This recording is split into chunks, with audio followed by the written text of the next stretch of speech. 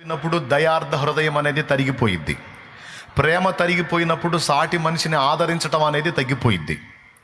ప్రేమ ఒక్కటి తగ్గితే పొరుగువారిది నేను ఆశించొద్దు అనే సద్గుణం అనేది తగ్గిపోయి లోగులు సొమ్ము నాకు కావాలనిపిస్తుంటుంది. ఈజీగా అర్థం కావాలని చెబుతున్నా. స్తోత్రం. అర్థమైందా? ప్రేమ అనేది ఒక్కటి తగ్గితే పక్కాడి భార్య మీద మనసు కలుగుతూ ఉంటుంది. పచ్చిగా చెప్తున్నా. అదే ప్రేమ లైన్లో ఉందనుకో, పొరుగువాని భార్యను ఆశించే మనసు ఉండదు. చూడండి, ప్రేమేగా 2 అక్షరాలు ప్రేమ. ఈ 2 అక్షరాల ప్రేమ కొంచెం తగ్గితే ఎన్ని తేడాలు వస్తున్నాయో చూడు. ప్రేమ నిండుందనుకో క్షమించగలుగుతావు.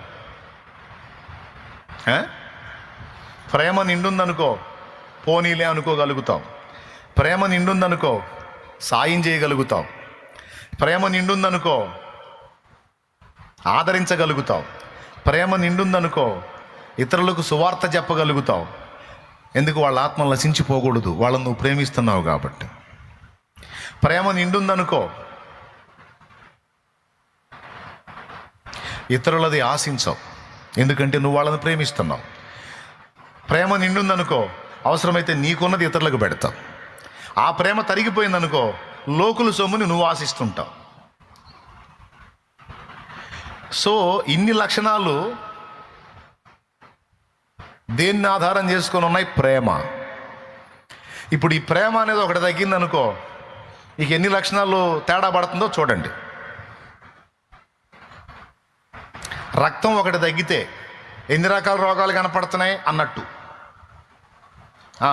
బ్రెయిన్ సమస్య వచ్చిద్ది, ఊపిరితిత్తుల సమస్య వచ్చిద్ది, గుండె సమస్య వచ్చిద్ది, నరాల సమస్య వచ్చిద్ది, చాలా సమస్యలు ఒక్క బ్లడ్ తగ్గితే.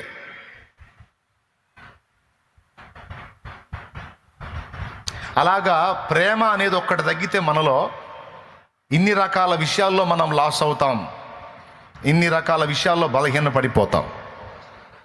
ఒకదానికి లింక్ ఉంటుంది అన్నమాట. అందుకని ఆయన ఏం చెప్పాడు? దయార్థ హృదయం పోనీయొద్దు, క్షమాగుణం పోనీయొద్దు, కనికరాన్ని